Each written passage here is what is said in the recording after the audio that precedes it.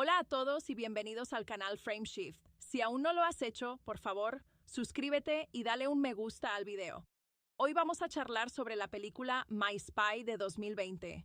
Un agente encubierto, David Razzoli, un hombre cuya carrera en la CIA ha estado marcada por una serie de fracasos cómicos más que por operaciones exitosas, se encuentra en una misión que parece ser su última oportunidad para redimirse.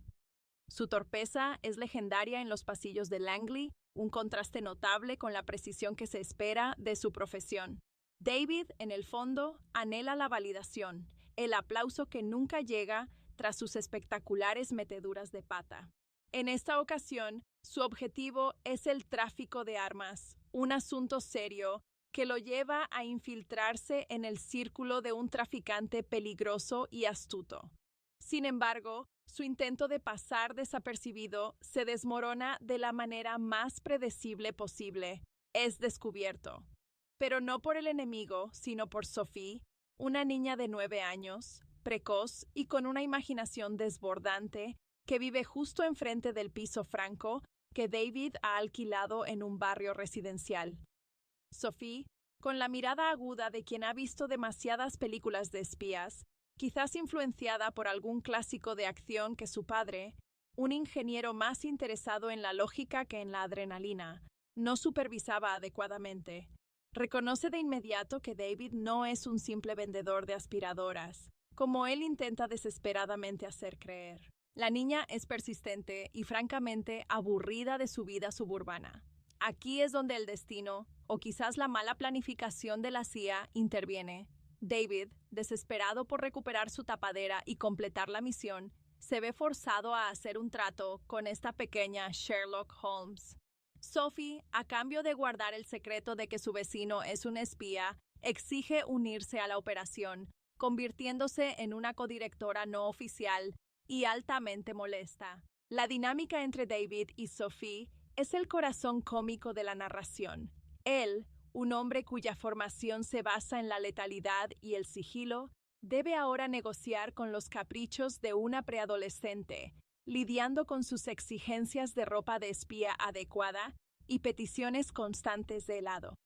Sophie, por su parte, ve esto como la aventura definitiva, aportando una perspectiva inesperada y, a veces, sorprendentemente útil a la investigación. aunque sus métodos son más cercanos al caos organizado que a la estrategia de campo. A medida que la trama avanza, David descubre que Sophie no es solo una niña entrometida, sino una fuerza de la naturaleza que, sin quererlo, ayuda a sortear obstáculos que su entrenamiento profesional no pudo prever. Sus discusiones sobre tácticas y la necesidad de ser más sigiloso, mientras Sophie grita pistas desde un coche aparcado, crean secuencias de tensión que se rompen constantemente por el humor. El villano, el traficante, resulta ser más escurridizo de lo esperado, obligando a David a confiar cada vez más en su improbable compañera. Hay momentos en que David parece recordar por qué eligió esta carrera. Breves destellos de habilidad genuina, rápidamente seguidos de un recordatorio de que su principal amenaza actual es que Sophie le revele todo a su madre. Al final, la operación se resuelve no solo por la pericia de David, sino gracias a la intervención ingenua pero efectiva de Sophie, quien logra desorientar al antagonista de una manera que ni el mejor equipo de contrainteligencia hubiera imaginado. David consigue su objetivo, la amenaza se neutraliza, y aunque su carrera en la CIA probablemente seguirá siendo objeto de bromas en el almuerzo, ha aprendido una lección valiosa. A veces, la mejor cobertura es una niña que cree que estás jugando a ser espías de verdad. La película concluye con David encontrando, inesperadamente, algo parecido a un propósito y quizás una amistad improbable, demostrando que incluso el agente más torpe puede encontrar éxito en el lugar menos pensado. David Razzoli, con esa expresión perpetuamente tensa que solo los fracasos repetidos pueden grabar en un rostro, cargaba con el peso de cada informe fallido. Se había preparado en las academias más rigurosas, pero parecía que su destino era ser el chiste interno de la agencia. En cambio, Sophie, la pequeña observadora, era un torbellino de curiosidad vestida con ropa que revelaba una fascinación por el mundo del espionaje que superaba su corta edad. Su padre, el ingeniero, quizás creía en la utilidad de la lógica binaria, pero Sophie buscaba narrativas, el drama inherente a la vida secreta. La imposición de Sophie como consultora era una humillación envuelta en necesidad. David se sentía constantemente juzgado, no solo por sus superiores, sino por una niña que corregía su postura y criticaba su elección de disfraces. «Ese sombrero no es creíble, David», le diría con la autoridad de un crítico de cine curtido, mientras él intentaba ocultar un maletín lleno de tecnología avanzada bajo una gabardina que le quedaba ridículamente grande. Las sesiones de planificación se convertían en batallas campales sobre la logística. David quería escuchar frecuencias interceptadas. Sophie insistía en que debían dejar notas crípticas en el buzón del objetivo. Había algo profundamente revelador en la interacción. David, cuyo entrenamiento lo había despojado de casi toda conexión humana genuina, se veía obligado a interactuar con una autenticidad brutal que Sophie exigía. Ella no entendía de jerarquías o de las sutilezas de la traición internacional. Ella solo veía a un hombre intentando hacer un trabajo importante y decidiendo que necesitaba ayuda. Esta inocencia forzada obligaba a David a simplificar su compleja vida secreta hasta convertirla en algo que una niña pudiera entender, revelando, irónicamente, los cimientos reales de su valentía. El traficante de armas, un hombre de negocio sombrío y excesivamente pulcro, era el antagonista perfecto para esta pareja dispareja.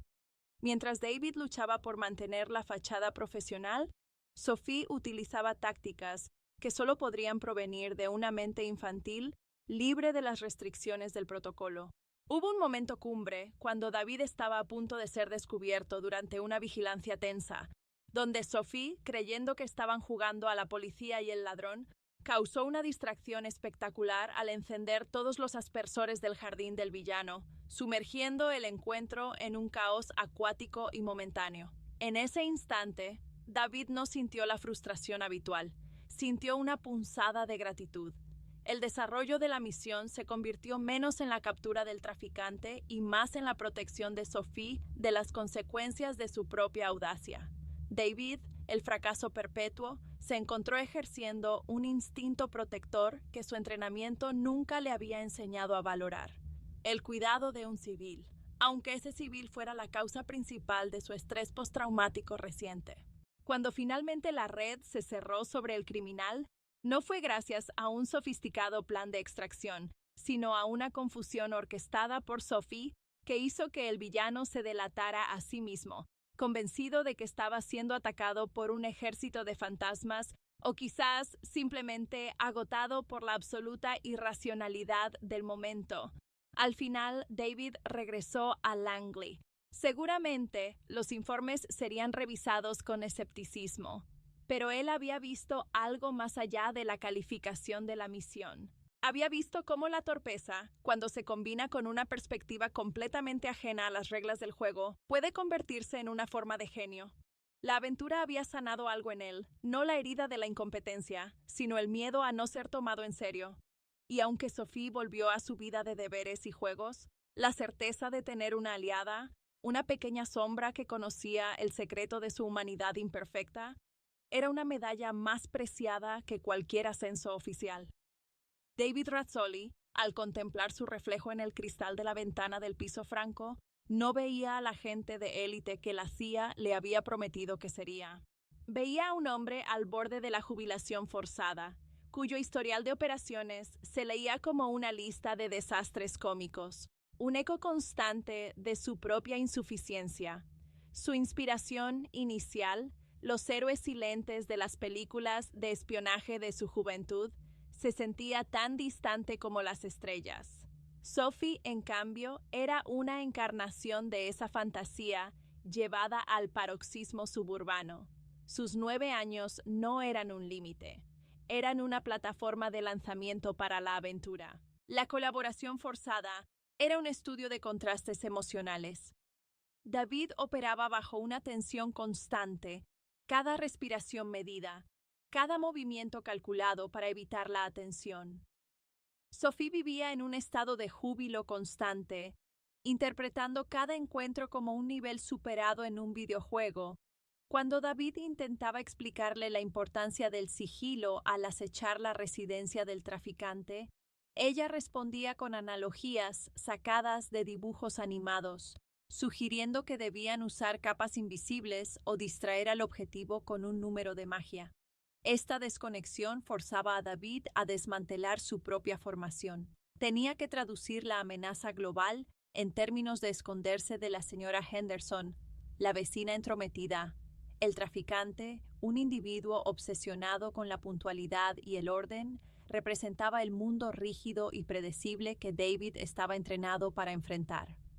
Sin embargo, Sophie introducía el elemento más volátil posible: la imprevisibilidad infantil.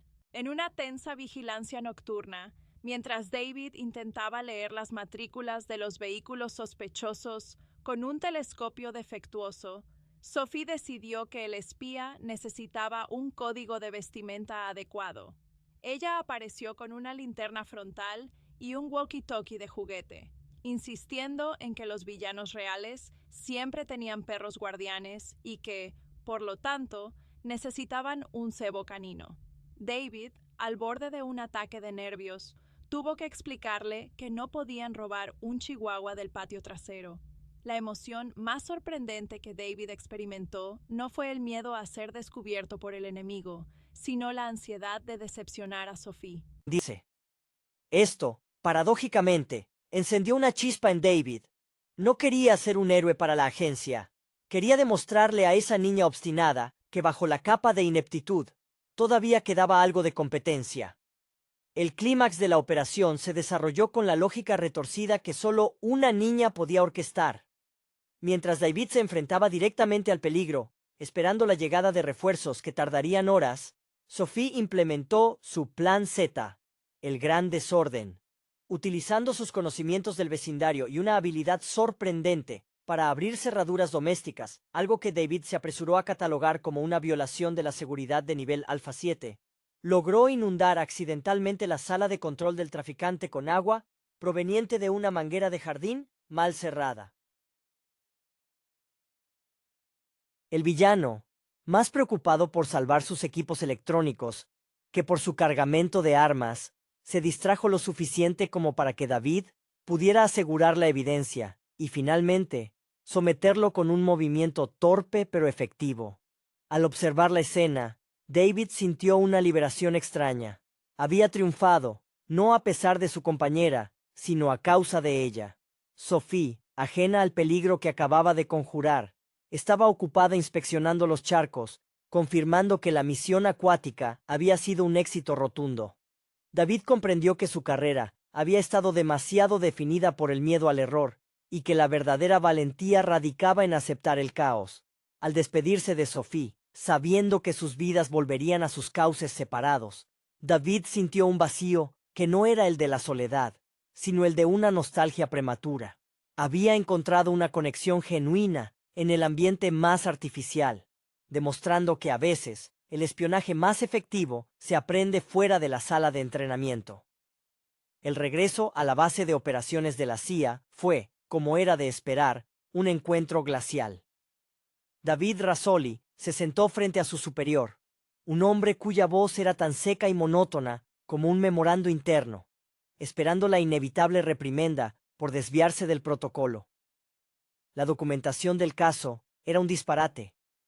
Informes sobre aspersores activados, walkie-talkies de juguete y referencias a el Plan Z. El agente superior, acostumbrado a informes pulcros y desprovistos de cualquier traza de humanidad o diversión, luchaba visiblemente por procesar la narrativa del éxito obtenido a través del caos infantil. David, sin embargo, se encontraba en un estado de extraña calma. La adrenalina de la misión había sido reemplazada por una especie de resignación serena. Ya no se esforzaba por parecer el agente perfecto que la agencia había invertido recursos en formar. Había aprendido que su valor no residía en la impecabilidad, sino en su capacidad para improvisar cuando la situación se volvía completamente absurda. Su formación, diseñada para un mundo de sombras y silencios, había sido inútil contra la luz brillante y ruidosa de Sophie. La validación que tanto anhelaba David no llegó en forma de ascenso o medalla. Vino en un pequeño sobre de papel de colores vivos, entregado por un mensajero anónimo en su escritorio la mañana siguiente. Era un dibujo. Sophie, con crayones brillantes, había representado la escena final. Un David heroico, aunque con proporciones ligeramente desgarbadas, sujetando al villano mientras ella, vestida con una capa de superhéroe improvisada, supervisaba la escena desde un charco. Debajo, con letras inclinadas, estaba escrito: el mejor espía. No te cambies de casa. Este simple gesto resonó en David de una manera que ninguna evaluación de desempeño positiva jamás podría haberlo hecho. Sophie no lo juzgaba por su historial de fracasos. Ella celebraba su victoria en sus propios términos. Para David, un hombre que había pasado su vida intentando encajar en un molde rígido, el reconocimiento de su valía por parte de una niña que valoraba la creatividad por encima de la eficiencia fue la redención final. Se dio cuenta de que su verdadera vocación no era ser un fantasma, sino ser lo suficientemente real como para conectar, incluso si esa realidad implicaba negociar horas de siesta y la inclusión de disfraces ridículos en el equipo táctico. Mientras David comenzaba a archivar el expediente, tachando silenciosamente las notas sobre la necesidad de mejorar la disciplina del compañero, sintió un cambio palpable. El peso de las expectativas se había aligerado. Podría seguir siendo el agente torpe de Langley, pero ahora cargaba con el secreto de haber ejecutado una misión de alto nivel gracias a la intervención de una niña que creía en la magia de los planes bien ejecutados, sin importar cuán ilógicos fueran. Se permitió una sonrisa genuina, algo inusual en su rostro tenso. Quizás, pensó, el próximo gran éxito de la CIA vendría de suprimir las tácticas de campo y empezar a escuchar más atentamente las sugerencias de los niños aburridos del vecindario.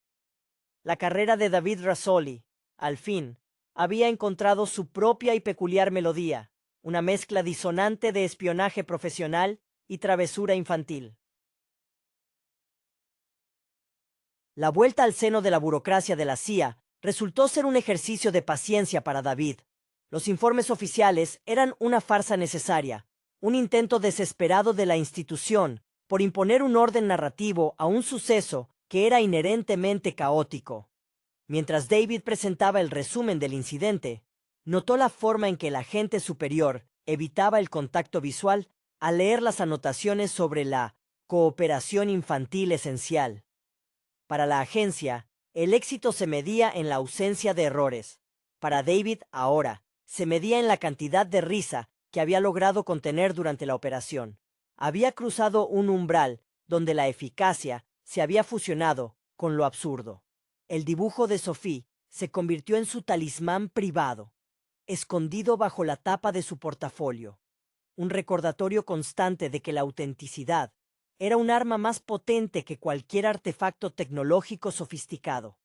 David, que siempre había envidiado a los agentes de campo que se movían como sombras perfectamente coreografiadas, ahora entendía que su propia torpeza, su incapacidad para ocultar su humanidad subyacente, había sido su mayor ventaja. Sofía había visto a través de la fachada de profesionalismo y había exigido al hombre real detrás del uniforme defectuoso. Esa conexión con la niña había desvelado una necesidad profunda en David, la de ser visto, no como un fracaso, sino como alguien que, a pesar de sus errores, podía actuar cuando era necesario. Su formación en la CIA se basaba en la supresión de emociones y la ejecución de órdenes. La lección aprendida de Sophie era que las mejores estrategias a menudo surgían de la emoción pura y la desobediencia creativa. Comenzó a mirar a sus colegas, tan tensos y enfocados, con una nueva perspectiva. Parecían estar atrapados en una obra de teatro muy seria, mientras él acababa de descubrir que podían simplemente salirse del escenario. Incluso el ambiente en la oficina le pareció diferente. Los pasillos de Langley, antes opresivos, ahora parecían un escenario gigantesco, esperando la siguiente interrupción inesperada. David se permitió un pequeño acto de rebelión personal. En lugar de la aburrida corbata gris que siempre usaba, optó por una de un tono azul inesperadamente vivo, un eco sutil de la paleta de crayones de Sophie.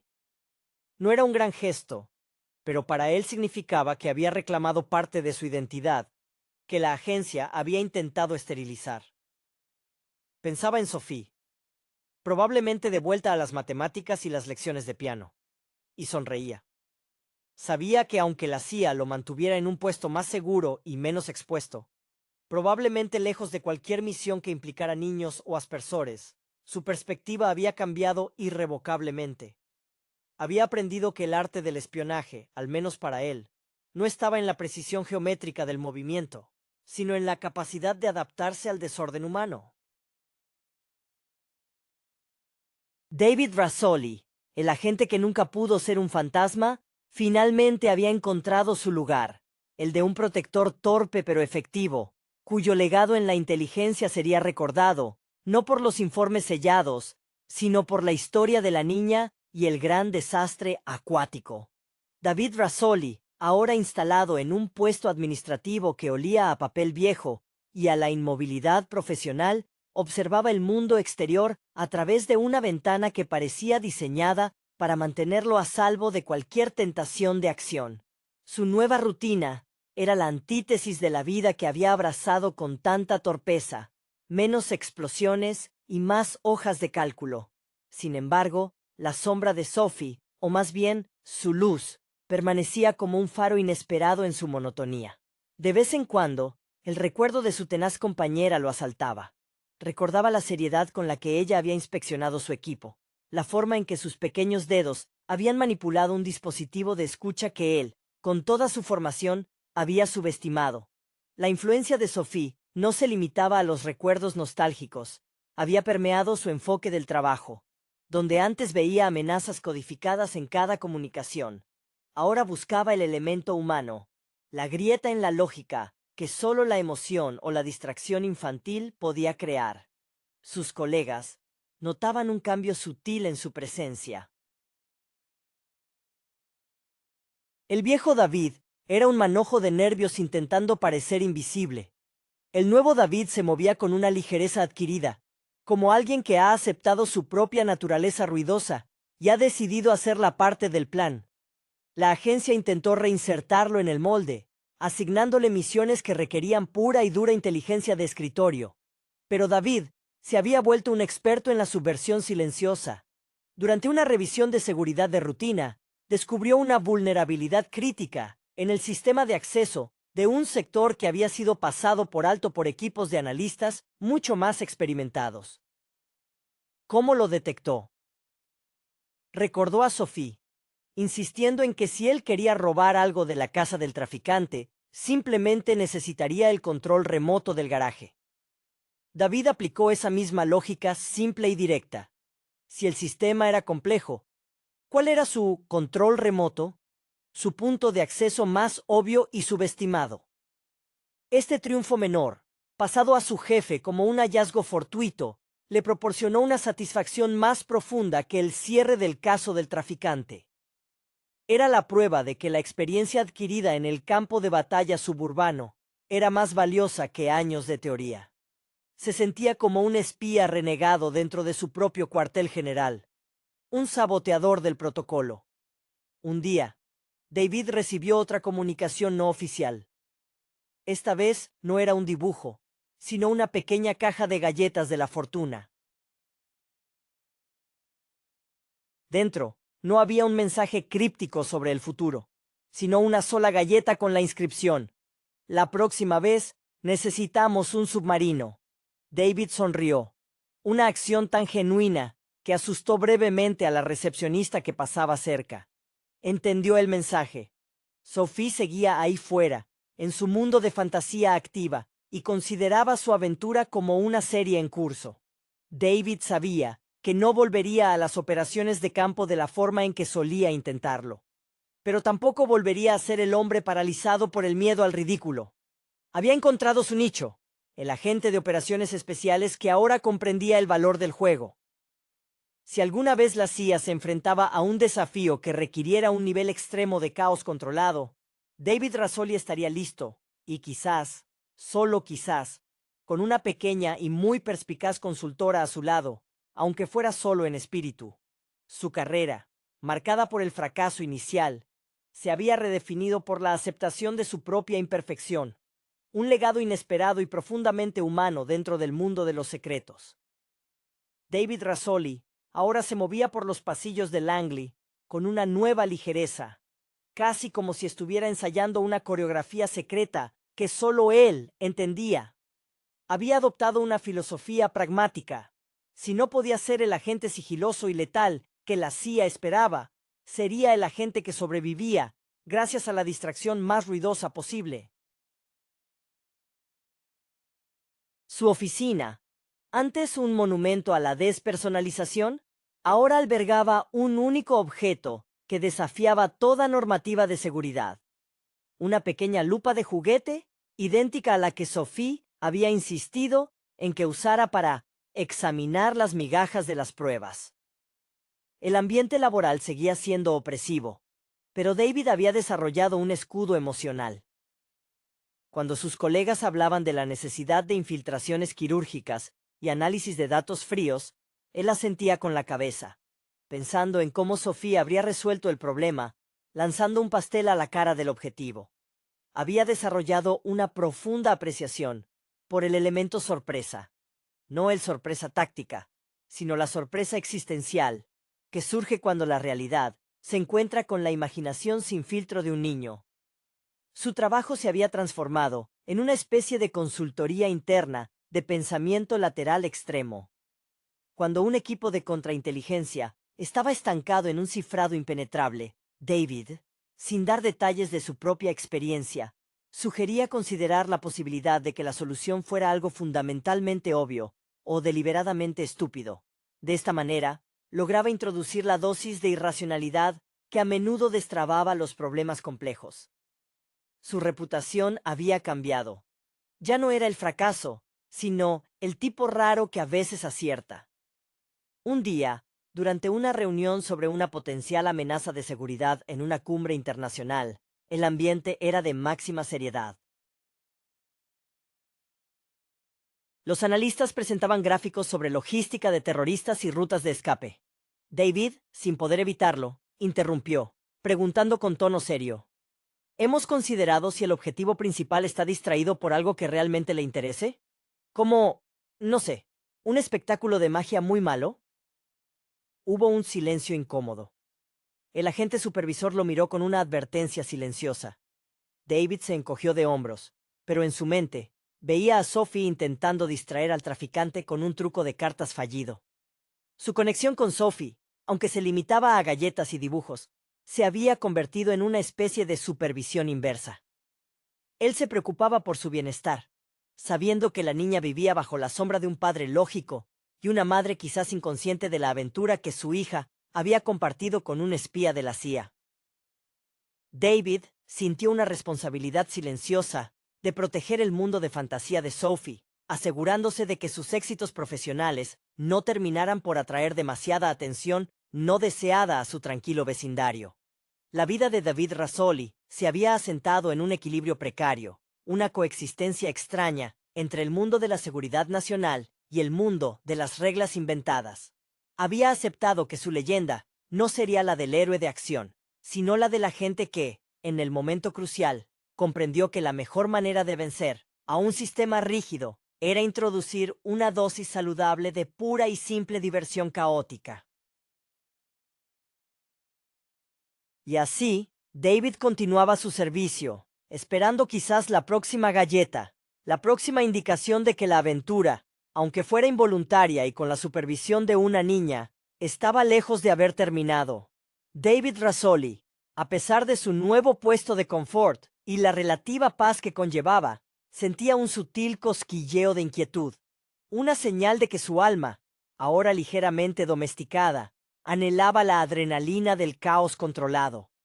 La tranquilidad de la oficina era, en el fondo, una forma lenta de asfixia profesional. Su mente, entrenada para la alerta constante, seguía buscando patrones en el ruido blanco de la vida de oficina. La única constante reconfortante era la rutina de revisar su buzón. No por informes clasificados, sino por esa pequeña esperanza infantil de encontrar otra migaja de su aventura pasada. Su relación con la lógica de la CIA se había vuelto sardónica. Él veía la meticulosa planificación como una admisión de que no podían manejar lo inesperado. Cuando presentaban simulacros de escenarios de crisis, David imaginaba a Sophie haciendo un comentario tajante sobre la falta de globos o la pobre elección de atuendos de los terroristas simulados. Esta visión interna le permitía distanciarse de la seriedad absoluta de su entorno, volviéndose inmune al estrés paralizante que afectaba a sus compañeros. Un día, la calma se rompió. Un joven agente, recién salido de la academia y rebosante de la misma arrogancia mal dirigida que David había exhibido una vez, se acercó a su escritorio con un aire de superioridad. Estaba frustrado por una operación de vigilancia que se había estancado debido a la vigilancia excesiva del objetivo. El agente parecía al borde de rendirse al protocolo. David, recordando la lección más preciada que Sophie le había impartido, la de que si un camino está bloqueado, hay que excavar uno nuevo bajo él, le ofreció un consejo que sonó casi herético en ese ambiente. A veces, la mejor manera de no ser visto es no intentar serlo. Sé tan obvio que se vuelvan complacientes. El joven agente lo miró como si David hubiera sugerido usar un megáfono. Pero eso es totalmente contrario a todo el entrenamiento de sigilo, señor Razzoli. David asintió lentamente, tocando inconscientemente el bolsillo donde guardaba la lupa de juguete. El sigilo es para los que no tienen nada que esconder. Si tienes algo que es tan ridículo que nadie cree que sea verdad, es la mejor tapadera. Sé el pato en medio de los cisnes. Este consejo, destilado de la observación infantil de que la gente ignora lo que no se ajusta a sus expectativas, resultó ser la clave para desbloquear la vigilancia del joven agente, quien finalmente logró obtener la información crucial al actuar de manera abiertamente distraída. Este pequeño acto de mentoría improvisada Le recordó a David que su valor no residía en sus habilidades de espionaje originales, sino en la sabiduría adquirida al margen del sistema. Se había convertido en un catalizador, un recordatorio constante para la CIA de que la rigidez mental era un riesgo de seguridad tan grande como cualquier arma nuclear. La aceptación de su papel como el raro que acierta le dio una paz inesperada. David Razzoli había dejado de luchar por ser el hombre que la CIA quería que fuera. Ahora era el agente que había aprendido que la verdadera inteligencia de campo no se encuentra en los manuales, sino en la capacidad de jugar bien, incluso cuando el juego es salvar al mundo. Y mientras miraba por la ventana, esperando tal vez una carta escrita a mano o una nueva galleta, se sentía, por primera vez en su larga carrera, completamente en su elemento, en medio de todo el desorden, y finalmente, en control de él. David Razzoli se había acostumbrado a la quietud de su nueva realidad, una que olía a café recalentado y a la aprobación silenciosa de los documentos archivados. Sin embargo, esa paz era tan superficial como la capa de hielo sobre un lago profundo, y bajo ella burbujeaba una conciencia inquieta. Se había convertido en el oráculo no oficial de lo absurdo en Langley, el hombre al que acudir cuando la lógica se había agotado.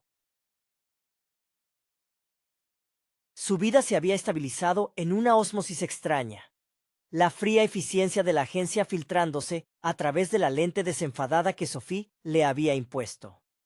La interacción con el joven agente le había dado una perspectiva renovada. Ya no veía sus fallos como manchas permanentes en su historial, sino como cicatrices de batallas donde las reglas convencionales habían sido insuficientes. El entrenamiento riguroso que recibió al principio de su carrera, diseñado para hacerle un autómata letal, se había revelado inútil precisamente porque el mundo real, como le había demostrado Sophie, rara vez se ajusta a los diagramas de flujo.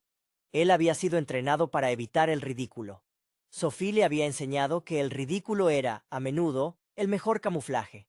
El único vestigio de la misión que realmente le importaba era la correspondencia esporádica con su improbable compañera. Las galletas de la fortuna se habían convertido en mensajes en clave, no para la CIA, sino para su propia alma. La última, que mencionaba el submarino, había provocado en David una sonrisa genuina que duró casi toda la mañana. Se preguntó qué estaría haciendo Sofía ahora, si su padre ingeniero había descubierto las huellas de barro en el garaje, o si ella seguía convencida de que su aventura había sido un entrenamiento encubierto para ella.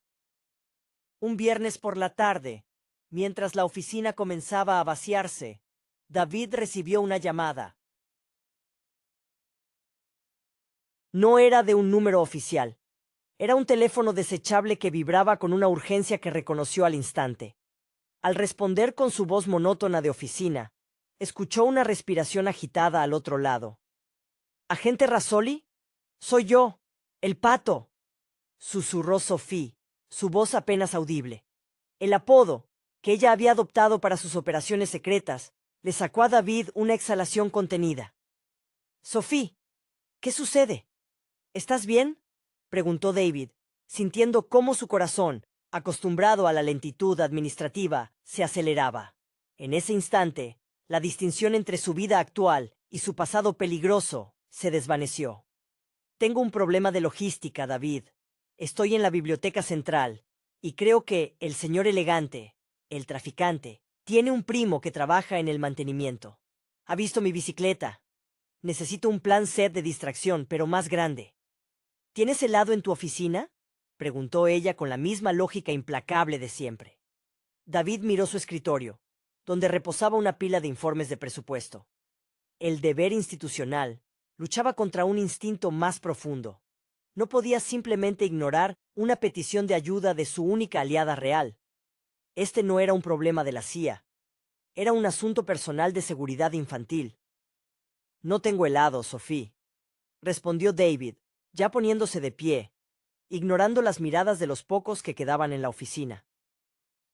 Pero tengo acceso al almacén de suministros, y necesito que seas muy específica sobre lo que significa secreto para ti. ¿Un submarino es realmente necesario? ¿O podemos empezar con una manguera más grande? Mientras se dirigía hacia el almacén, David Razzoli no pensó en el protocolo, ni en las reprimendas. Pensó en la dinámica perfectamente desequilibrada que había descubierto. Él proporcionaba la estructura mínima, y ella proporcionaba el caos necesario para que esa estructura funcionara. Su carrera en la CIA ya no se trataba de encajar, sino de saber cuándo era el momento de romper las reglas con la complicidad de una niña de 9 años. La aventura, pensó con una sonrisa, nunca había terminado realmente. Solo había cambiado de ubicación. David se movía por los pasillos de la CIA con una rapidez sorprendente para un hombre que había pasado los últimos meses evitando el esfuerzo físico. La llamada de Sophie había actuado como un electroshock profesional, despertando al agente dormido bajo la piel del analista de escritorio. El señor elegante era una figura que David creía haber neutralizado permanentemente. Pero el mundo del crimen, al parecer, era tan persistente como la curiosidad de una niña. Al llegar al almacén de suministros, David sintió una punzada de ironía. Su entrenamiento en combate y extracción no le había servido para negociar con traficantes de armas, pero le daba un conocimiento exhaustivo sobre qué suministros de oficina podrían servir como herramientas de distracción improvisadas. Necesitaba algo voluminoso, algo que garantizara que el primo de mantenimiento del señor elegante se concentrara en la limpieza y no en la bicicleta de Sophie. Bien, Sophie, dijo David en voz baja al teléfono, mientras examinaba cajas de grapadoras y cartuchos de tóner. Vamos a necesitar volumen. ¿Hay algo en la biblioteca que parezca importante o que se considere frágil?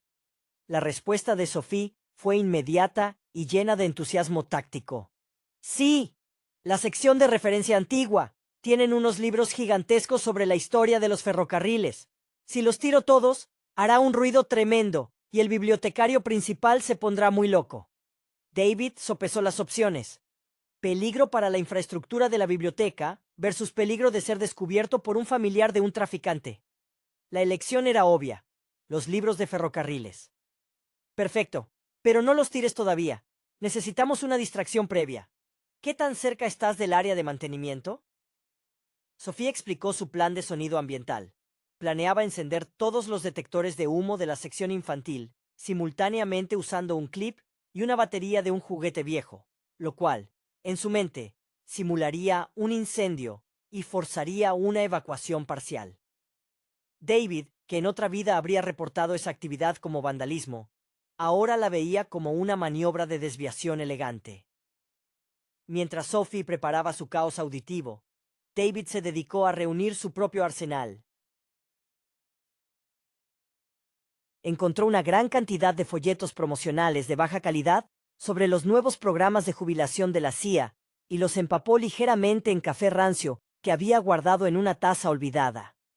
No era exactamente una bomba de humo, pero la combinación de mal olor y papel mojado garantizaba una dispersión desordenada y desagradable. Cuando Sofía activó la alarma, David se puso en marcha, dirigiéndose a la biblioteca pública con la misma urgencia que si estuviera persiguiendo a un terrorista internacional, solo que esta vez su única meta era proteger el secreto de una niña. Al llegar, el caos era palpable, alarmas sonando, padres recogiendo niños, y el tal primo de mantenimiento mirando nerviosamente hacia la sección de referencias. David se deslizó hacia el área, aprovechando la confusión. Vio a Sophie, pequeña y decidida, parada junto a una pila de volúmenes sobre locomotoras a vapor. ¡Ahora, Pato!, gritó ella, sin inmutarse por la sirena. David ejecutó su parte. Lanzó los folletos empapados en un arco amplio. El efecto fue inmediato. El olor a café rancio y papel húmedo se mezcló con el sonido de la alarma, creando una atmósfera tan extraña y desorientadora que el hombre de mantenimiento se cubrió la nariz y se retiró de la escena, convencido de que la biblioteca estaba sufriendo algún tipo de brote químico inexplicable. Sophie, viendo la retirada del sospechoso, se lanzó sobre la pila de libros, enviando una cascada de información ferroviaria al suelo. David se acercó, la agarró suavemente del brazo, y juntos salieron por una salida lateral. Minutos después, sentados en un parque tranquilo, lejos del bullicio, David sintió la tensión abandonarle. Sophie le ofrecía una galleta de la fortuna recién comprada. ¿Ves, David?, dijo ella, mordiendo su propia galleta con satisfacción. La clave no es ser invisible. Es ser tan extraño que nadie sepa qué hacer contigo. David tomó la galleta, el papel fino arrugándose entre sus dedos. En ese momento, entendió que su carrera no se había rehabilitado. Se había transformado. Él ya no era un agente de la CIA que fracasaba, sino un colaborador de campo a tiempo parcial en el Departamento de Caos Creativo. Su mayor triunfo no era neutralizar amenazas, sino asegurar que la imaginación de una niña pudiera seguir prosperando, incluso si eso requería el uso estratégico de literatura ferroviaria y café viejo. El regreso a la relativa seguridad de su cubículo en Langley fue una experiencia casi surrealista después del drama ferroviario y el incidente del café rancio. David Razzoli sintió que había vivido más en esas 3 horas que en los últimos 6 meses de análisis de riesgos. La adrenalina se disipó lentamente, reemplazada por una profunda y melancólica satisfacción. Había salvado a su pequeña aliada, y lo había hecho rompiendo docenas de protocolos, todos con una sonrisa interna. Sus compañeros de oficina, absortos en sus pantallas, apenas notaron su ausencia, lo cual era un éxito en sí mismo. David se acomodó en su silla, sintiendo el peso del traje gris, un uniforme que ahora le parecía ridículamente restrictivo. Revisó el teléfono desechable. Lo había apagado inmediatamente después de asegurarse de que Sophie estuviera a salvo y de camino a casa. Era una reliquia de una vida paralela que ya no se atrevía a comprometer por completo. La ironía de su situación no se le escapaba. En la CIA, la máxima prioridad era la discreción, el borrado de huellas. Con Sophie, su éxito dependía de la huella más ruidosa y visible posible. Ella no buscaba ser indetectable, buscaba ser memorablemente disruptiva. David se dio cuenta de que, para triunfar en el mundo real, debía abrazar su propia tendencia al espectáculo, canalizando la energía de Sophie en lugar de reprimirla. Su nuevo enfoque comenzó a filtrarse en sus informes de análisis. Donde antes se enfocaba en las amenazas de nivel superior, ahora buscaba las distracciones de ferrocarril en las operaciones enemigas. En una junta de evaluación de amenazas cibernéticas, cuando los expertos discutían la complejidad de un nuevo malware, David intervino con una observación inquietante. El código es elegante, sí, pero ¿está diseñado para ser divertido? A veces, la mayor vulnerabilidad de un hacker es su ego. Se delatan al hacer que su trabajo sea demasiado interesante. Ya pues. Nadie lo entendió del todo, pero la semilla estaba plantada. David se había convertido en el guardián no oficial del factor humano impredecible dentro de la burocracia hermética de la agencia. Su carrera ya no se trataba de ascenso, sino de influencia sutil, de inyectar pequeñas dosis de la sabiduría adquirida en las calles residenciales en el corazón del poder. Unas semanas más tarde, una mañana soleada, David encontró una postal pegada a su monitor con cinta adhesiva transparente. No era un dibujo, sino una fotografía. Sophie posando con orgullo frente a lo que parecía ser un telescopio gigante. En el reverso, con su caligrafía inclinada, estudiando las estrellas. Necesito coordenadas para mi submarino. Avísame si ves algo interesante. La postal era una invitación tácita a seguir en el juego. David sonrió, no por burla, sino por una profunda sensación de pertenencia a algo más allá de las paredes de concreto de Langley.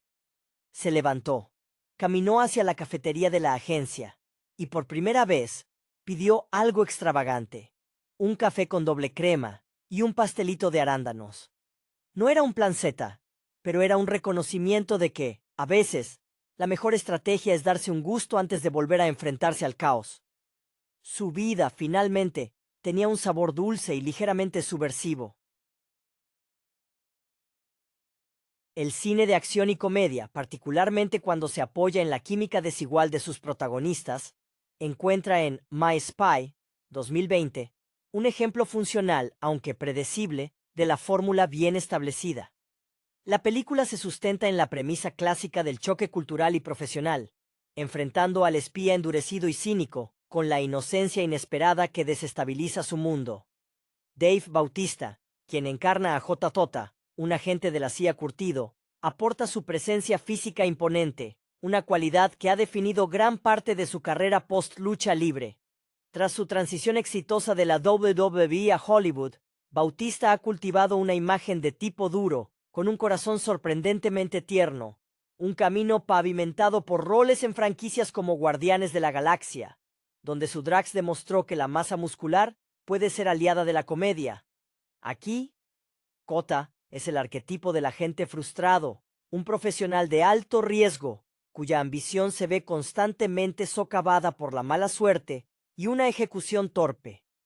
Su motivación profesional choca frontalmente con la amenaza inesperada que supone Sophie, Chloe Coleman, una niña prodigio cuya inteligencia y falta de filtros amenazan con exponer su tapadera. Sophie, por otro lado, no es solo un obstáculo, sino el catalizador narrativo. Chloe Coleman, una joven actriz que ya mostraba promesa en producciones como Big Little Lies, interpreta a una niña que opera con la lógica fría y calculadora que J. solo simula poseer. Su personaje es la antítesis del espía. Posee la capacidad de observación aguda, pero carece de la malicia o la experiencia para aplicarla en un contexto peligroso. El desarrollo de la relación entre J. y Sophie es el verdadero motor emocional, moviéndose desde la hostilidad profesional hacia un vínculo paternal, sustituto forzado por las circunstancias de la misión. Este arco sigue el sendero trillado de El rudo que aprende a amar, reminiscentes de películas como El sustituto, o incluso León, el profesional, aunque con un tono decididamente más ligero y familiar. El personaje de Zoe Saldaña, Eve, la supervisora de J. representa la autoridad cínica y exasperada. Saldaña, una actriz con una trayectoria sólida en el género de la ciencia ficción y la acción, pensemos en su trabajo en Avatar y Star Trek, aporta la credibilidad necesaria al mundo de la inteligencia, aunque su rol se mantiene funcionalmente limitado a empujar la trama y a ofrecer contrapunto a la inestabilidad de J. Su frustración con el agente rebelde es un recurso narrativo conocido para inyectar urgencia a la misión. La dirección de Tim Story se siente cómoda en este tipo de cine. Story, conocido por dirigir comedias exitosas como la franquicia de Los Cuatro Fantásticos o Think Like a Man, entiende el ritmo necesario para equilibrar las secuencias de acción coreografiadas, que son competentes pero carecen de originalidad visual, con los momentos cómicos derivados de la convivencia forzada. La cámara a menudo se centra en las reacciones físicas de Bautista, explotando la yuxtaposición entre su tamaño y la delicadeza de la situación. Sin embargo, el guión se adhiere demasiado a las convenciones del subgénero. Los giros argumentales son escasamente sorprendentes. El espectador anticipa la traición, la reconciliación y el uso final de las habilidades no convencionales de la niña para salvar el día. La película no busca revolucionar el formato de espía y niño, sino más bien ofrecer una ejecución pulcra y entretenida de las expectativas. La amenaza de los antagonistas, aunque necesaria para motivar la acción, permanece genérica, sirviendo más como telón de fondo para el desarrollo del dúo protagonista que como un peligro verdaderamente inquietante. En definitiva, My Spy funciona como entretenimiento ligero de fin de semana. Capitaliza el carisma creciente de Bautista en el campo de la comedia física y se apoya en la inteligencia reactiva de su joven coestrella. Es una película que no aspira a la complejidad, sino a la eficacia narrativa simple. Un hombre solitario encuentra propósito inesperado al proteger a la persona que inicialmente amenazó su carrera. Todo ello envuelto en explosiones controladas y diálogos ingeniosos pero poco memorables. El núcleo del atractivo reside precisamente en esa química forzada. J. el espía, está diseñado para ser un lobo solitario, un producto de años de entrenamiento y decepción. Su lenguaje corporal en pantalla comunica esa tensión constante. Cada movimiento brusco, cada intento fallido de parecer discreto, cuando su presencia es intrusiva, refuerza la idea de que está fuera de su elemento emocional, aunque se sienta cómodo en el peligro físico. Bautista utiliza su experiencia como luchador profesional no solo para las escenas de pelea, que son brutales pero limpias, sino también para la comedia física. Es el gigante torpe atrapado en un apartamento pequeño y lleno de secretos, obligando al espectador a reírse de su incapacidad para encajar en la vida doméstica que temporalmente adopta. Su cinismo inicial es una máscara, un mecanismo de defensa contra el fracaso profesional que, irónicamente, la misión más ridícula de su carrera, le obliga a confrontar. Sophie, interpretada con una madurez impropia para su edad por Coleman, no es la niña indefensa que el público esperaría.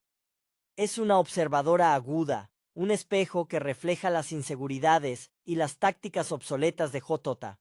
Su interés genuino por la tecnología y la vigilancia, impulsado por una necesidad de entender el mundo que percibe como extraño y potencialmente peligroso. Recordemos que su padre está ausente o en peligro, le da una justificación sólida para entrometerse. Ella ve a J. no como un héroe o un agente, sino como un sujeto de estudio fascinante. La transición de su desconfianza a una lealtad feroz se siente ganada porque Sophie no es domesticada. Ella elige colaborar una vez que establece que J., pese a sus métodos cuestionables, es la mejor herramienta para asegurar su propia seguridad y quizás la de su familia. La dinámica se invierte sutilmente. Ella dirige la inteligencia, él proporciona la protección física y el acceso a recursos. Eve, el personaje de Saldaña, es crucial como ancla a la realidad institucional. Su frustración no es solo con el fracaso de J., sino con la burocracia y el peligro real que representa la incompetencia en el campo. Saldaña maneja esta tensión con una economía de expresión, transmitiendo el agotamiento de quien limpia constantemente los desastres de su subordinado, más grande y más problemático. Ella representa el costo profesional de la humanidad, que J. está empezando a descubrir a través de su relación con Sophie. Si J. se vuelve demasiado protector o sentimental, pone en riesgo la operación a gran escala, y ella está allí para recordárselo. El subtexto del filme, aunque disfrazado de comedia ligera, aborda el tema de la familia encontrada. J. está buscando desesperadamente una misión que funcione, un sentido de propósito que el espionaje de alto nivel le ha negado. Sophie, al ser una niña inteligente que se siente ignorada o subestimada, busca un protector creíble. La casa donde se desarrolla gran parte de la acción se convierte en un campo de entrenamiento improvisado, donde las lecciones de combate callejero se mezclan con la enseñanza de matemáticas avanzadas. Este ambiente cerrado intensifica la fricción y, por ende, la eventual conexión. La película evita las ramificaciones oscuras inherentes a las historias de espionaje, prefiriendo un tono azucarado, donde la amenaza es suficiente para justificar la emoción, pero nunca tan grave como para interrumpir la dinámica cómica entre la gente grande y la niña pequeña, que lo supera mentalmente. Es una fórmula exitosa porque apela a un deseo universal de ver a un adulto endurecido, redimido por la inocencia inesperada. La dirección de arte y la escenografía refuerzan esta dicotomía entre el mundo secreto y el mundo doméstico. La casa donde J. es forzado a esconderse con Sophie es visualmente anodina, un lienzo en blanco perfecto para la invasión del caos de la inteligencia. Las escenas dentro de este espacio a menudo utilizan la iluminación para acentuar el contraste. J. se mueve en las sombras, intentando ocultar sus armas y equipo tecnológico, mientras que Sophie irradia una luz natural, iluminando las debilidades de la gente con su presencia. El equipo de espionaje, que debería ser una herramienta de sofisticación, se convierte en material de burla cuando es mal utilizado por J. en presencia de Sophie, quien lo analiza con la misma pericia con la que leería un manual de instrucciones. El conflicto interno de J. se manifiesta en su constante lucha por mantener la fachada de profesionalismo ante la niña. Hay momentos sutiles, casi perdidos en la acción, donde su exasperación genuina se transforma en admiración. Cuando Sophie descifra un código que a él le llevó horas, su reacción no es solo de sorpresa técnica, sino de un reconocimiento paternal incipiente. Ve en ella no solo una amenaza a su operación, sino un potencial brillante que necesita guía, no solo táctica, sino moral. Esta es la evolución que el guión explota. El espía aprende que la vigilancia más efectiva a veces requiere empatía, algo que su entrenamiento en la CIA diligentemente extirpó. En cuanto a la banda sonora, se mantiene fiel al tono de comedia de acción, utilizando música enérgica y optimista para las secuencias de persecución, lo que minimiza cualquier sensación real de peligro. La música nunca permite que el espectador se sumerja en la tensión del thriller. Actúa como un amortiguador sonoro que recuerda constantemente que estamos viendo una fábula moderna. Incluso los momentos de peligro inminente están puntuados con efectos de sonido exagerados que priorizan el impacto cómico sobre el realismo. La película, en su ambición, no busca la complejidad psicológica. Es un ejercicio de eficiencia narrativa en el que los personajes son arquetipos bien definidos que cumplen sus funciones con carisma. Bautista vende la vulnerabilidad bajo la coraza, y Coleman convence como la niña que ve a través de las mentiras adultas. My Spy es, en esencia, una afirmación reconfortante de que incluso los profesionales más endurecidos pueden ser humanizados por la conexión inesperada, un tema recurrente en el cine que siempre encuentra audiencia, especialmente cuando está empaquetado con la robustez física de un exluchador convertido en estrella de comedia. El éxito relativo de esta propuesta cinematográfica reside en su capacidad para subvertir las expectativas de género sin romper sus reglas fundamentales. Si bien la estructura es predecible, el agente al borde del despido encuentra redención a través de un niño. La ejecución específica de esa redención es lo que genera el interés. La película se distancia de las narrativas de espionaje, donde los niños son meros rehenes o ayudantes pasivos. Sophie es una copiloto intelectual. Su conocimiento no es meramente teórico. Ella aplica el pensamiento lateral en situaciones de vida o muerte, forzando a J.A. a adoptar métodos menos convencionales y más creativos, alejándose de su entrenamiento rígido. Este intercambio de habilidades es fundamental. J.A. le enseña a navegar el peligro físico, mientras que Sophie le enseña a navegar el peligro social y tecnológico, que en el siglo XXI es a menudo más relevante. La relación profesional de Eve con J.J. añade una capa de tensión de alta gerencia. Eve es la encarnación de la eficiencia sin alma, el engranaje necesario en la máquina de inteligencia que no tiene tiempo para lazos afectivos. Su disgusto por el desorden que J.H. y Sophie crean es el termómetro de la misión. Si bien Saldaña interpreta este rol con la frialdad requerida, es en los breves momentos en que la humanidad de Eve asoma, quizás una mirada de preocupación genuina, tras una explosión particularmente grande, donde el espectador recuerda que estas personas, incluso como burócratas del peligro, tienen algo que perder. Su arco, aunque menos desarrollado, es el de la profesional que debe sacrificar la perfección operativa por la necesidad táctica de salvar a sus agentes, incluso a los más ineptos. El humor, como se mencionó, se basa mayoritariamente en la desproporción física y la incomodidad situacional.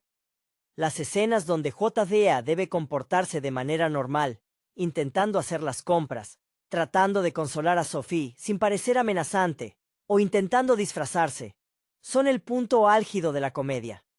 La película explora cómo un hombre cuya vida entera se basa en la simulación y la letalidad se desmorona ante la simplicidad de las exigencias emocionales de una niña de 10 años. Esta confrontación entre la vida secreta y la vida expuesta, entre la necesidad de ocultarse y la necesidad de conectar, es el motor más poderoso del filme, superando en interés a las tramas de contrabando o espionaje internacional que sirven solo como excusa para la acción. En última instancia, My Spy es una película sobre el reinicio personal, disfrazada de misión encubierta, utilizando el género de acción como un marco seguro y predecible para explorar la formación de una familia atípica. El ambiente claustrofóbico y tenso que se establece en la casa compartida se convierte paradójicamente en el espacio de mayor crecimiento para los personajes. Jotota, acostumbrado a la vigilancia constante y a la arquitectura fría de las bases de operaciones, debe lidiar con la rutina doméstica, un campo minado de reglas no escritas sobre qué hora cenar o cómo ordenar los juguetes. Esta inmersión forzada en la normalidad es lo que erosiona lentamente su armadura. Observamos a Bautista esforzándose por ejecutar tareas mundanas con la misma concentración que pondría en neutralizar a un objetivo. El acto de preparar un cereal se convierte en una coreografía torpe y cómica. Su frustración no es solo por el fracaso de la misión, sino por su ineptitud para el rol de cuidador, un rol que su vida de espía le había enseñado a evitar activamente. Sophie, por su parte, utiliza su inteligencia como un escudo y un arma. Su obsesión con la vigilancia no es caprichosa. Nace de una necesidad profunda de controlar su entorno, probablemente debido a la inestabilidad de la vida de su padre o la ausencia de una figura protectora estable. Cuando comienza a diseñar trampas y a monitorear a los antagonistas desde su habitación, ella está trazando un mapa de seguridad. Su interacción con JJ se vuelve un pacto simbiótico. Él necesita su cerebro para esquivar a los villanos profesionales, y ella necesita sus músculos y su acceso al mundo del espionaje para investigar lo que le preocupa. La dinámica pasa de la vigilancia a la tutoría mutua. Hay una ternura implícita cuando JJ, a pesar de su entrenamiento antiapego, se encuentra explicando conceptos básicos de supervivencia o camuflaje, no con la condescendencia de un adulto, sino con el respeto que se le debe a un igual intelectualmente. El diseño de sonido juega un papel importante en acentuar esta dicotomía. Los sonidos fuertes y dramáticos de las explosiones o disparos se yuxtaponen abruptamente con el silencio doméstico roto por la risa nerviosa de Sophie, o el sonido metálico de una cerradura siendo manipulada por JJ. Esta yuxtaposición constante mantiene al espectador en un estado de alerta cómoda. Sabemos que hay peligro real, pero la capa de comedia lo mantiene filtrado y digerible. La película nunca nos permite olvidar que, debajo de los disparos, hay una historia sobre un hombre que ha encontrado un propósito inesperado en el caos, y una niña que ha encontrado un guardián, aunque sea el más improbable de todos. Es esta dualidad tonal, hábilmente manejada por Story, lo que justifica la existencia de una película que, en papel, es un cliché ambulante, pero en pantalla se siente como una actualización afectuosa de un género desgastado. La evolución emocional de JJ se puede rastrear a través de sus intentos fallidos de mantener la disciplina. Inicialmente, cuando Sophie utiliza su equipo tecnológico de vigilancia para espiar a su propia familia o vecinos, JJ reacciona con el enojo aprendido de la CIA, la violación de protocolos. Sin embargo, a medida que la amenaza real se cierne, este mismo equipo se convierte en el puente entre ellos. La admiración de Sophie por la tecnología de espionaje, los gadgets, las cámaras ocultas, le proporciona a JJ una vía para reconectar con la emoción de su trabajo, algo que había perdido en el tedio de las evaluaciones burocráticas. Cuando por fin son forzados a confiar completamente el uno en el otro durante el clímax de la intriga, la lealtad de Sophie no es solo una victoria táctica, sino una validación personal para JJ, algo que ningún ascenso en su carrera le había otorgado. Se trata de una redención tejida, no con heroísmo épico, sino con pequeños actos de cuidado y comprensión mutua. Chloe Coleman dota a Sophie de una fachada de invulnerabilidad que oculta una profunda necesidad de estabilidad. Su diálogo es a menudo más articulado que el de los adultos que la rodean, pero esa articulación viene con una carga de soledad. Ella no busca un amigo, busca un punto fijo, Su insistencia en documentar todo con su cámara personal, un detalle recurrente que subraya su necesidad de control sobre la narrativa, es su manera de procesar el peligro y el secreto. Cuando finalmente le regala una de esas grabaciones a Joteata, es un acto de profunda confianza, cediéndole el control de su propia historia. Es un momento de vulnerabilidad que supera cualquier escena de acción. En el contexto de la carrera de Bautista, esta película representa un paso consciente hacia la exploración de la calidez dentro del personaje imponente, algo que ya había tocado en roles más ligeros. El director Tim Story capitaliza esta tendencia, asegurándose de que cada interacción física incómoda entre el gigante y la niña se traduzca en risa fácil. La comedia surge de la colisión de dos mundos, el mundo de la eficiencia letal y el mundo de las reglas parentales. No hay lugar para la ambigüedad moral, la misión es clara, y la protección de Sophie es el único objetivo que verdaderamente importa a JJ, desplazando cualquier directriz de la CIA. El resultado es un filme que, aunque ligero en sus cimientos narrativos, resuena gracias al compromiso de sus actores con la dinámica de padre-hija, que, aunque forzada por el guión, se siente genuina en su química final. La química entre Bautista y Coleman funciona porque la película establece rápidamente las apuestas emocionales, incluso mientras desarrolla una trama de espionaje bastante estándar. Jorakota, el espía desterrado, está en el umbral de ser despedido, lo que magnifica su desesperación por probar su valía. Este telón de fondo de fracaso profesional inminente hace que su posterior éxito en la protección de Sophie sea doblemente satisfactorio. No solo salva a una niña, sino que se salva a sí mismo de la irrelevancia profesional. Su cinismo se convierte en una armadura transparente. El espectador ve a través de ella, esperando el momento en que Jotaxita ceda ante la calidez. Sophie, con su intelecto precocemente desarrollado, no solo es una observadora, es una crítica activa de los métodos de Jotaxita. Su exasperación inicial con la torpeza de Hot-Shea, al intentar ser un espía furtivo, es la fuente principal de comedia de situación. Ella no respeta el miedo, respeta la competencia. Cuando Hot-Shea logra realizar una maniobra táctica impresionante, la aprobación de Sophie es más valiosa para él que cualquier informe de misión favorable. Esta inversión de roles, donde la niña se convierte en la evaluadora de la competencia profesional de la gente, es la clave del éxito del guión en generar afecto. Zoe Saldaña, como Eve, opera en un plano más frío, representando la realidad implacable de su trabajo. Su voz en el auricular es el recordatorio constante de que el afecto es un lujo operativo que no pueden permitirse. Esta tensión entre la necesidad de JJ de formar un vínculo humano y la orden de Eve de mantener la distancia profesional genera un conflicto dramático efectivo. Saldaña logra transmitir, con muy poco tiempo en pantalla, el peso de la responsabilidad y el riesgo que implica cada desviación del plan maestro. Ella es el ancla que evita que la película se desvíe completamente hacia la comedia infantil. Visualmente, las escenas de acción están coreografiadas para resaltar la diferencia de tamaño y estilo entre los protagonistas. Las peleas de Bautista son basadas en la fuerza bruta, reflejando su pasado en la lucha, mientras que las soluciones de Sophie a menudo involucran manipulación remota o distracción tecnológica. Cuando ambos deben coordinarse, vemos una fusión interesante. Jorisa aprendiendo a usar la sutileza que Sophie le impone, y Sophie aprendiendo a confiar en la fuerza bruta cuando la tecnología falla.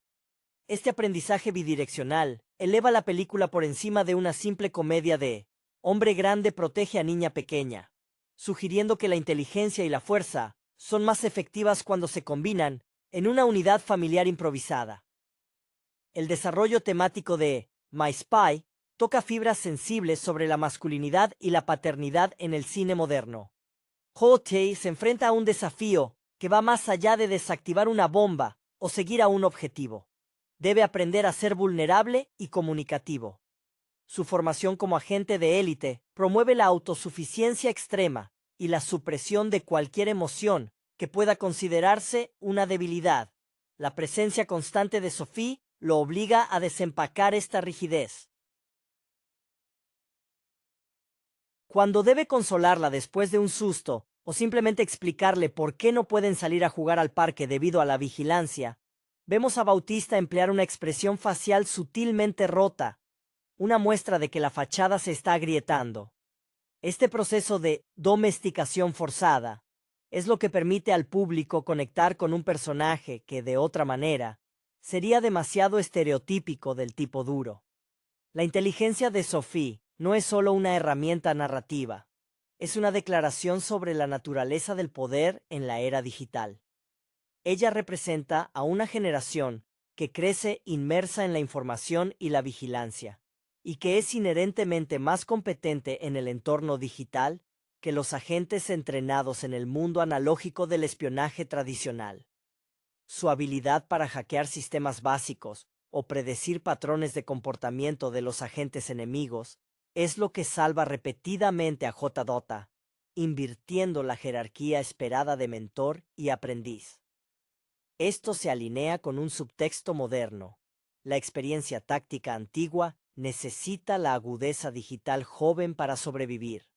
El director, Tim Story, se asegura de que el tono nunca se vuelva demasiado oscuro, manteniendo un equilibrio delicado. A pesar de que los antagonistas están dispuestos a recurrir a métodos violentos, la película los presenta con una cierta caricaturización que suaviza el impacto. Las secuencias de acción son limpias, estilizadas, y están diseñadas para terminar en un chiste o un momento de ternura inmediata. Por ejemplo, tras una persecución vehicular intensa, el siguiente corte a menudo nos encuentra a Hotya y Sophie debatiendo sobre qué película ver o cómo compartir un postre. Esta edición rítmica es esencial para la viabilidad de la película como comedia familiar de acción, permitiendo que el espectador se sumerja en la ligereza sin ser demasiado exigente con la plausibilidad de la trama de espionaje que sirve de mero vehículo. La dinámica de tutoría invertida se profundiza a medida que la misión avanza y la amenaza se vuelve más personal. J. al verse obligado a confiar plenamente en la agudeza mental de Sophie, comienza a reevaluar su propia definición de competencia profesional. Ya no se trata solo de derribar puertas o desarmar explosivos, se trata de anticipar movimientos en un tablero que Sophie ve con mayor claridad. Este respeto mutuo alcanza su punto álgido cuando la niña le proporciona una solución táctica que J., cegado por su entrenamiento, no pudo considerar. Este reconocimiento no es solo una victoria para la misión, sino un hito en la reconstrucción de la autoestima del espía. Su cinismo se disuelve gradualmente, reemplazado por una necesidad protectora, que es sorprendentemente instintiva, una cualidad que su vida bajo las directrices de la CIA le había enseñado a suprimir como ineficiencia emocional. Zoe Saldaña, en su papel como Eve, actúa como el recordatorio constante de las consecuencias si esa conexión humana se manifiesta demasiado. Su papel es el de mantener la presión del mundo real sobre la burbuja improvisada de Hocho y Sophie. La irritación de Eve no es personal, es profesional. Ella teme que el apego de Hochoi a Sophie complique la extracción y comprometa la operación mayor. Esta tensión entre el deber y el instinto humano es un motor dramático subyacente. Aunque sus interacciones son breves, dominadas por la comunicación tensa a través de dispositivos, Saldaña infunde a Eve una autoridad que justifica su posición, mostrando que incluso en el mundo del espionaje, las directrices pueden chocar con la realidad emergente de una alianza inesperada. En cuanto a la estética visual, la película emplea una paleta de colores que refleja la transición del tono. Las escenas iniciales, centradas en la clandestinidad de J., tienen tonos más fríos y azules, propios del thriller. Sin embargo, a medida que Sophie se integra en su vida, los escenarios se calientan, especialmente en las secuencias domésticas, utilizando amarillos y naranjas suaves, que denotan la construcción de un hogar temporal. Este cambio